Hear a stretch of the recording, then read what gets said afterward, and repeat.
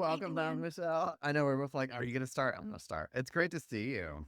It's good to see you too. And look at you. You're in a whole new location now. Like, One of the nice things about like recording remotely is I just need to be wherever I need to be. you can move So I around. think it was maybe the last time I had people like working kind of more in my office, and now I'm back in my office. Well, there you go. I can It's kind of tell. the other side of the studio where we normally record. Right. And it's not your exam room. That was where you were earlier. So the last session. Yes, last time. Well, I'm excited about today. But what are we talking about from a review perspective before we even jump into what we're talking about?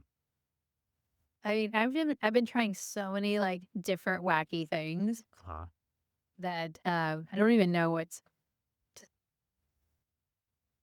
a lot of the stuff recently has been like back to school stuff, Mhm. trying to, There was that you know, sales tax holiday too. At least in like Florida. reorient everything. It is. I feel like the back to school season is always a little it takes a few weeks before you finally are like, okay, I'm back into a groove again, a rhythm. So, and your kids got to adjust and then yeah, absolutely. Bedtimes have to shift again and there's lots of pieces of that puzzle. So, For next year, I'd like to put on the calendar 2 weeks that I'm not gonna be at the office mhm, because I'm learning all these people that have a kid a year older that are moving their kids into college. mhm. And they all start at kind of like different times, like move in is different than like the actual starting date. That's So, and then true. orientation's a whole different time. So I said, I better block off the schedule now. You better, because you're gonna have a college student next fall. Oh my gosh. Crazy. Super excited. That's super crazy. I'm gonna have a middle schooler next fall. Get ready. I know. I'm a little scared in general. All right, so today though, we're actually talking about CBT-I, session number 5. So for those of our listeners, watchers, followers who've been kind of following along, I've been doing each of the CBT-I kind of sessions, so that you can kind of get an overview of what's covered in CBT-I and why we do it. Um, and before we dive into today, which is going to be a pretty deep dive into the actual cognitive behavioral therapy part of CBT-I, um, just want to reinforce the big behavior pieces, which are relevant for everybody's sleep if you have a sleep difficulty. And this is reinforcing that stimulus control, which is number one, making sure you go to bed when you're sleepy, not just fatigued or tired. If you're not able to go to sleep, number two, get out of bed and only come back to the bed and ideally the bedroom when you are sleepy. And then number three, use your bedroom just for sleep and sex.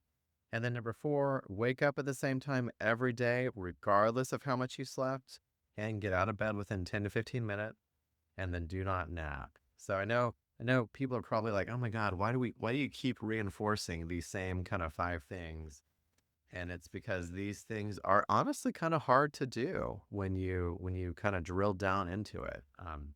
And They're the really rules, and rules are are. hard to follow sometimes. Mhm. But if you know what the rules are and you know that they don't change, that's what our minds want to do is they want to try and like have a little system that hacks into it.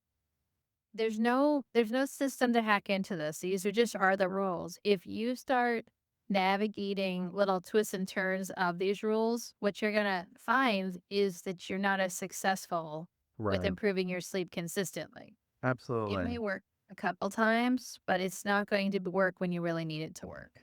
100%. And I would say one of the more recent kind of things, because this is not on those 5 rules, but your sleep diary is important. That act of self-monitoring. And I recently had another client that we had a pretty detailed conversation about how your Apple Watch, it does not really count as a sleep diary, primarily because it doesn't get the same information that we're trying to look at. Yeah, it's a And trigger. yeah, it really, none of these trackers actually get what we're truly wanting. So, I mean, is it helpful information? I think it's kind of unique. It's probably informative. Is it going to resolve your sleep difficulties if it's insomnia related? Not likely, because if it did, you would already probably not be having insomnia. If your Apple Watch could take that away for you, then I'm really excited that it could do that. But I've not seen that be the case. Now, if you still have some insomnia and you've been staying with us like from the beginning, Mm-hmm. make sure that you start re-listening to some of our old episodes because Mm-hmm. because honestly, if you're listening to this podcast now and you've been with us for a while, then you have to start putting your stuff into practice because you won't have insomnia if you're doing all the things that we're talking about. Yeah. Okay, so we've talked about, making sure you don't have actual medical things that are making things not work. You've eliminated a lot of some of the stumbling blocks, and if you couldn't eliminate them, like we talked about before, bed partner that has some poor sleep habits or has a medical issue, then you figured out a way to navigate around them. Mhm. I urge you to still kind of put the time in and do the work because we can go over the questions and we can go over the like all these rules as many times as you'd like, and it Sure. really is helpful to have people like me and Dan talking you through Yeah. them. But remember, it's those actionable things. Absolutely. And we're going to talk about, we talk about CBT, B, the behavior. Those are the actions you're going to be taking. And we're going to even kind of start with those because these are relevant kind of things that are important there. So when we talk about CBT, and also, and I know we've talked about this before on the podcast, and just want full disclosure, CBT-I and CBT are not the same thing. I really wish that they were branded differently than they are, because some people think that, oh, I went and saw CBT or I tried CBT and it didn't work for me. But that's not really what CBT for insomnia is. CBT for insomnia is actually a very behavioral based intervention that does work well when you apply the behavior. Other types of CBT for depression or anxiety or other things, those deal a lot more with the more cognitive or brain heavy types of pieces of looking at what you're thinking and evaluating patterns of how you're thinking and maybe changing some of those patterns, all good things. But the thinking patterns tend to show up a little bit, they're still there with insomnia, but they tend to show up a little bit less than the actions or the behaviors of what you're doing that keep interfering with your sleep. So let's start with the B on the behavior. And let me ask you this, Michelle. In general, do you think people who struggle with insomnia and those particular kind of sleep difficulties, do you think they get too much physical activity or too little physical activity? Like, what do you think is happening? I mean, in general, I would think that they would get too little physical activity. Yes, bingo. In fact, we know a few things about people that have insomnia is that they tend to be a little more sedentary than people that have better sleep. You're And being very kind when you say a little bit more sedentary. I'm There's trying to couch them. people that, because it goes on my sleep rules when I hand it to people, but there are people that really consider that 1,000 or 2,000 steps Mm, in a day is like a goal that they should start working on attaining. And that yeah, really doesn't even involve you leaving your house. no. Yeah, absolutely. So that's why I would say activity matters. And in fact, for a lot of people, one of the biggest boosts you can give to your own sleep quality, meaning you're going to raise your sleep pressure, is to literally just increase physical activity. And the key part to that is you want to increase it to a moderately intense physical activity, which I'm going to give some examples because this always comes up. And I've got a whole list of these. You can walk, a few miles in 30 minutes. You can bike 5 miles in 30 minutes. You can swim laps for 20 minutes. You can run 1.5 miles in 15 minutes. You can do water aerobics for 30 minutes. You can play volleyball for 45 minutes. You can play basketball for 20 minutes. You can jump rope for 15 minutes. Like almost everybody can jump rope. Like that's an activity you can kind of do in your living room if you wanted to. Um, you can also walk stairs for about 15 minutes, but you can even do things that you might be part of your regular day, like washing your car for about an hour. That's a moderate intensity physical activity. Gardening for about 45 minutes. That can be a pretty intense physical activity.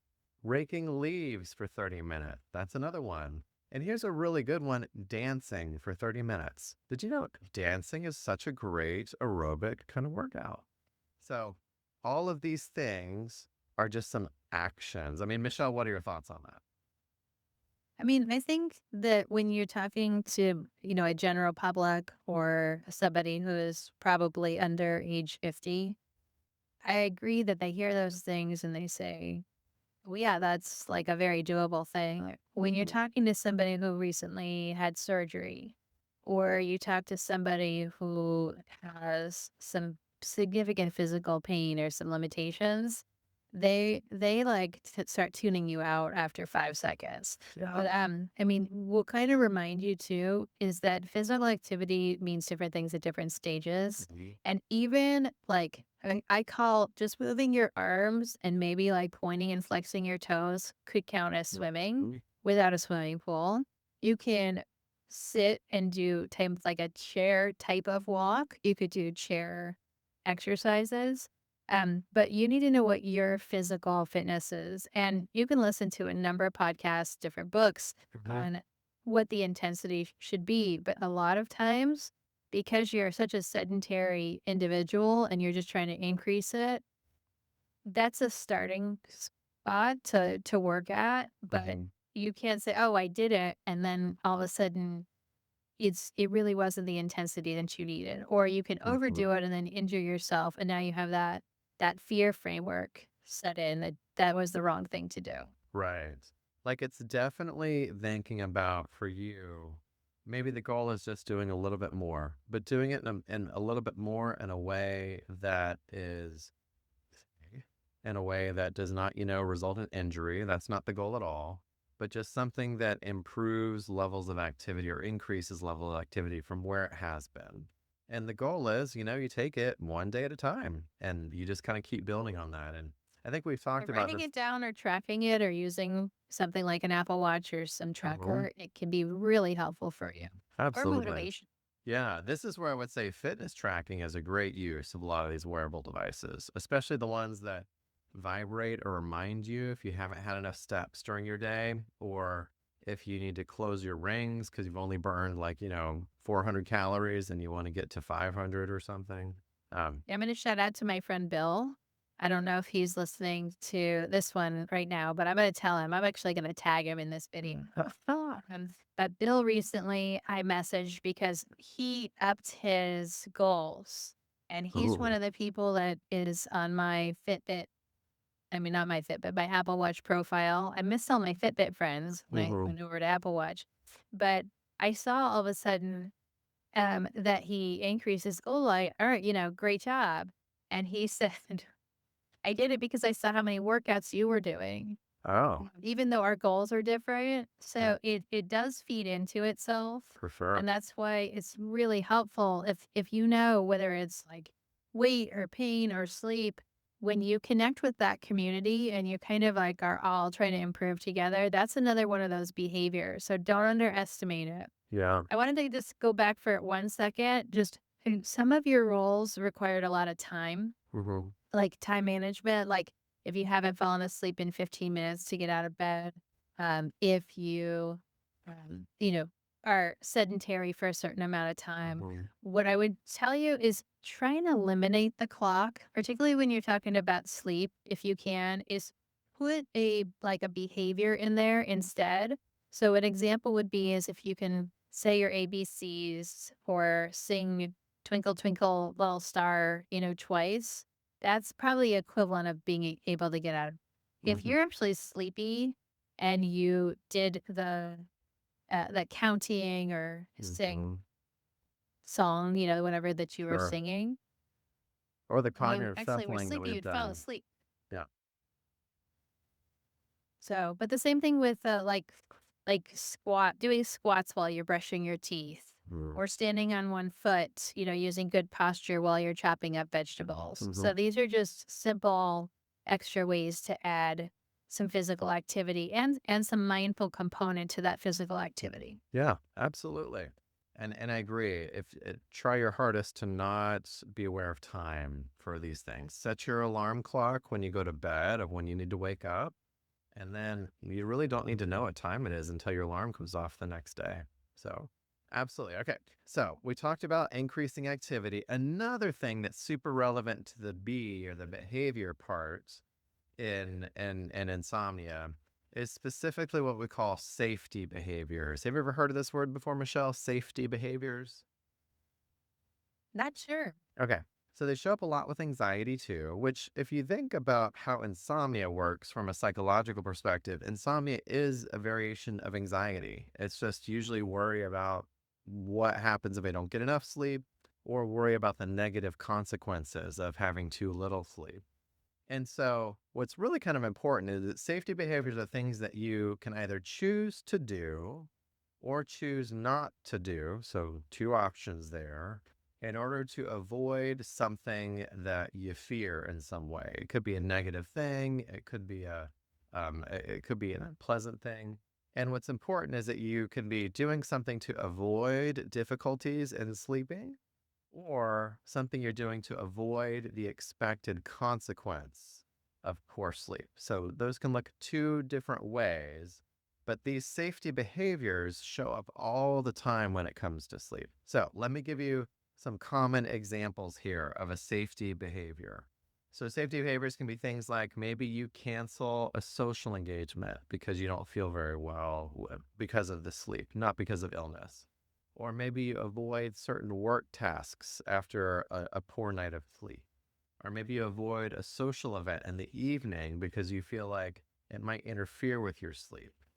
Or maybe you're going to drink a lot of coffee when you don't have your 8 hours of sleep. Or you might feel like I have to have a nap when I get less than my ideal number of hours of sleep. Or I stay in bed as long as it takes to fall asleep. Or I might sleep away from a bed partner, like all of my own, specifically because of fears about sleep, not because of other reasons. Um, there's lots and lots of these kind of safety behaviors. What do you think about this idea of a safety behavior, Michelle? Like when you hear that word, what? Yeah, I guess another thing that to reframe it, you would maybe call it like a if this then that. Mhm. And I think that what that causes you to do is not be like in the present moment and mindful. It's reverting back to maybe behaviors or like distorted ideas Mhm. about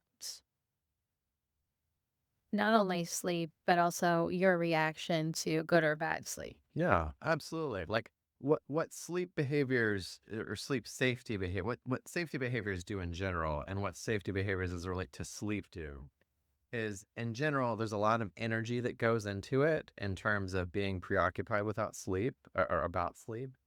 It's also often really associated with some strong negative emotions. And whenever negative emotions show up, also, so does arousal levels. So it starts to increase, which arousal just means being alert and awake. And then probably the more challenging part is these sleep safety behaviors that can really reinforce your belief that you cannot cope with poor sleep. Like it really reinforces that helplessness piece.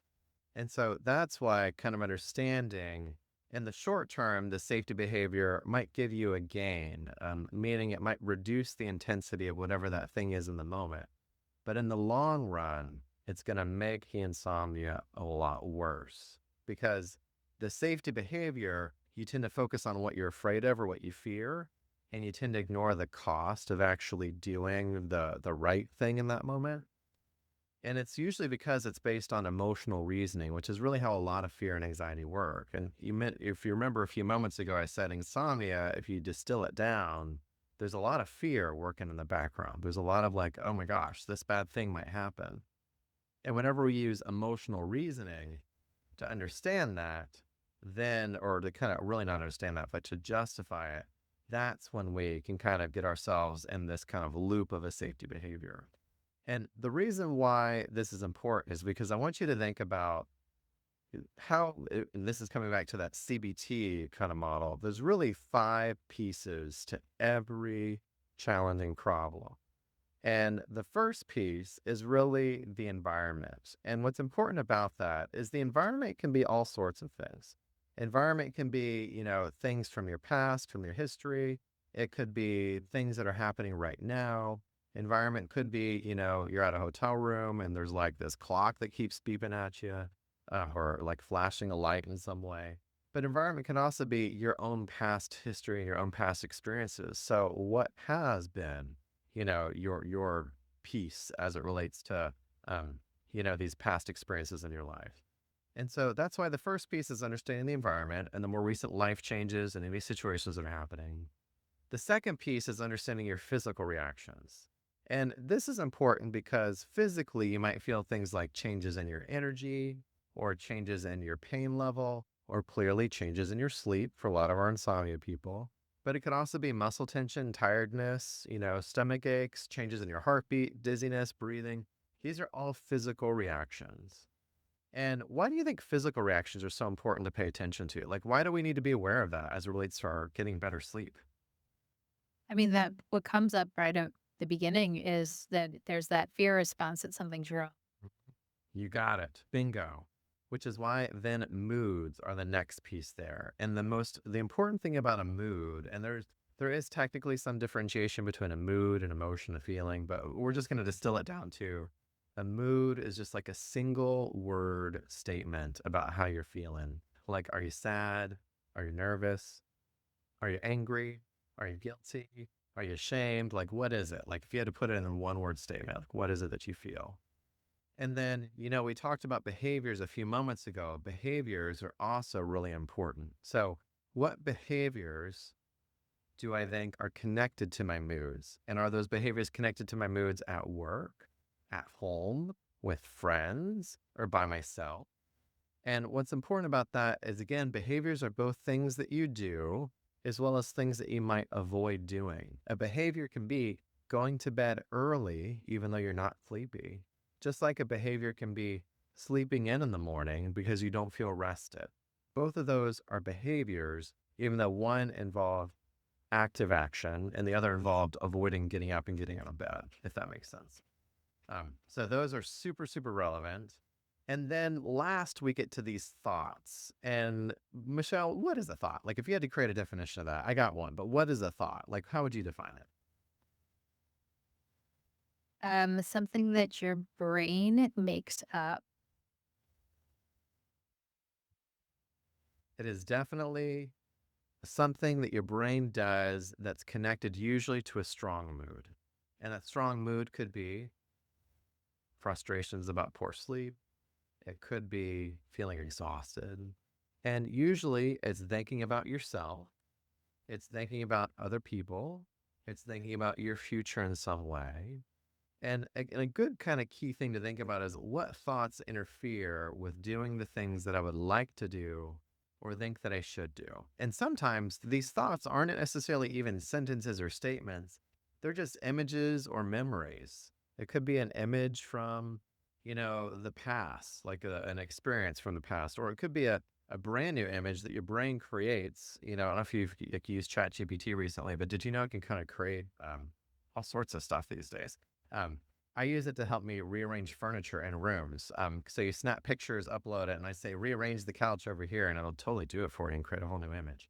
Um, the reason I bring up images is sometimes your brain will do this too. Like it will create an image of you going up at work, giving this presentation because you're sleep exhausted, and then you're making mistakes and it's a horrible presentation. That is your brain creating a future expectation, a failure, and that, oh my gosh, don't you want to avoid that failure? That's your brain creating an image. And sometimes that just flashes onto the screen of your mind before you even realize what's happening. So that's why it's really important to understand all five of these pieces because they all interact each other. And when we're thinking about making change, we have to start breaking the connections between these things to help you start to recognize that, oh, okay, when I do this, this happens, but I feel this. And that's really what CBT is and why it's the deeper part that can show up a lot of times with insomnia as well, especially for people that have really strong beliefs about certain things that I need to get done. For my sleep, in order to sleep better, I think the most common one that I hear is that I must get 8 hours of sleep. And if I'm not getting 8 hours of sleep, then I'm at risk for developing dementia and Alzheimer's and all these other things. And I would say, generally speaking, is a very longitudinal connection piece on that. Like, not necessarily something, poor rest tonight is not going to lead to more dementia or Alzheimer's or anything of those things. But I urge people that are listening to this, maybe try it. Hmm. Try t- telling ChatGPT something or yourself something and take away one of those, like, what are the senses, for example. So Hmm. if you are in your head thinking, I'm moving the couch to the north wall instead of the south wall and do this, and see what ChatGPT comes out versus what your own brain is. Now, be honest with yourself because a lot of times you're like, oh no, that's exactly what I was thinking. Hmm. And this in camps, we've done this before where you have two people that are sitting across from each other, and behind each person, they take turns. But Hmm. behind each person, there's an object, and that person who can't see it is taking the cues from the person who's actually trying to describe it, so that that person can draw it on a piece of paper. And so Hmm. after they do their good description, to see how close they get to the actual object. Hmm. And what I think that you'll understand as far as the sleep component is a lot of times your brain, your kind of dysfunctional thinking and dysfunctional brain comes up with this conclusion based on not like it being in the moment, what is actually happening, but the script of the feeling from previous. So it's an actionable point where you can like recognize that that's not like actually truth and to work backwards from it. Hmm. And these are exercises that you might have to do multiple times in a night or maybe only have to do when you're undergoing a stressor. Hmm. Yep, you got it. Like, each of these approaches can be helpful. And I do have a really good self-help book that I recommend for people that want to take a deeper dive into cognitive behavioral therapy. This is not CBT for insomnia, but this is cognitive behavioral therapy, is Mind Over Mood. And it's a workbook that you can get, and um, it's pretty, I think, easy for a lot of people to kind of read and understand. So I would say that's a good self-help workbook from that perspective. For people who want to take a deeper dive into CBT for maybe depression, anxiety, anger, those types of things, it can be a great place to kind of get started. So, all right, so let's pause here. I know this was a little bit of a longer episode, but wanted to kind of give people a quick overview of the CBT part and CBT for insomnia. And sometimes you might just spend one session on this stuff. Sometimes you might spend more, depending on how sticky some of those thoughts really are for some people. So, all right. And then next we have CBTI session 6 coming up. So I'm excited. That's when we wrap it all up and put a bow on top and then help you reinforce everything and get you really good sleep. So, all right. Well, until next time, Sleep Nation, take care. Take care. Bye.